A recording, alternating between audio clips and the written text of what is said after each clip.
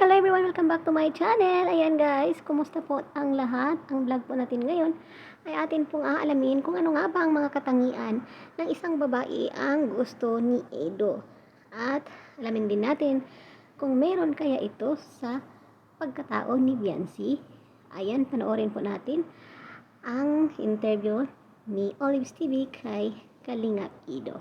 Ayan bro, may katanungan lang ako. Kasi hindi ka nakasama dong nasa Naga tayo. Hindi kita nakasama doon sa Q&A, doon sa mga keyboys. Hindi ka nagsama nung nakaraan.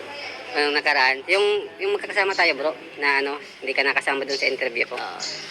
Ayan, may katanungan lang ako. Kung sakasakali na ikaw ay magmamahal, ano ba yung katangian na hinahanap mo sa isang babae?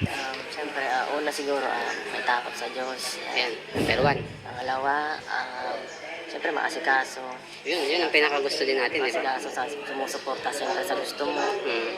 Tinutulungan ka. Mahalaga yun kasi kung gusto ka lang, mahirap.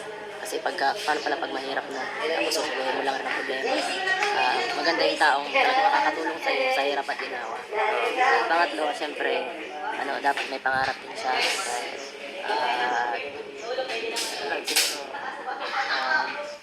Kahit mahirap na yun malaki. Yung ganong klase, mahirap makahanap. Mahirap na makahanap, Kumbaga talagang maswerte na rin pag nakahanap tayong ganong babae. Yung gusto ka, alam mo. Tapos Gusto ka siyempre. mahal na mahal ka. Oo, kasi mahirap yung gusto ka, ikaw lang. Oo nga. Totoo yan bro. Totoo yun. Kasi ang hirap siyempre yung effort mo, todo effort ka dun sa ginagawa mo. Tapos, pag hindi ka kasi gusto, hindi naman niya na-appreciate eh. Oo, kahit anong gawin mo. Bigyan mo pa lahat, wala. Wala yan. Saka, siyempre, mas maganda kung pares kayo, pares yung Compatible kayo. Pares yung nararamdaman nyo, yung feelings. So, at para madali lang. Pag ganun kasi parang madali lang magpatawad. Siyempre, pag mahal mo, mahirap matanggihan. Kaya, pag mahal mo, talagang susugal ka. Pag mahal mo, talagang bibigay mo lahat. Oo, talagang mas maganda kung ganun talaga. At least, yung pagbigay mo sa kanya ng lahat, sulit naman. May kapalit naman yung pagmamahal din niya. Yes, ang importante. And bro, Maganda nga, di ka naman personada. Wala pa rin. mahirap yun.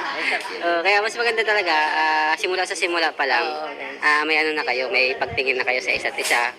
Tapos, unti-unti, nakikilala ka niya, nagugustuhan yung pagkatao mo, kung ano yung mga pas mo, ano yung katangian mo. Basta Tanggap ka bilang ikaw, Ayan po guys, narinig po natin ang kanyang mga hinahanap na mga katangian sa isang babae na kanyang gusto, na gusto niyang makasama. So, antabayan na lang natin. So, Kalingap Edo siya na, di ba? So, antabayan na natin, baka 3 to 4 years, mahanap mo na rin siya. O kaya, nahanap mo na siya. At syempre, getting to know each other muna. And, yan lang muna for today.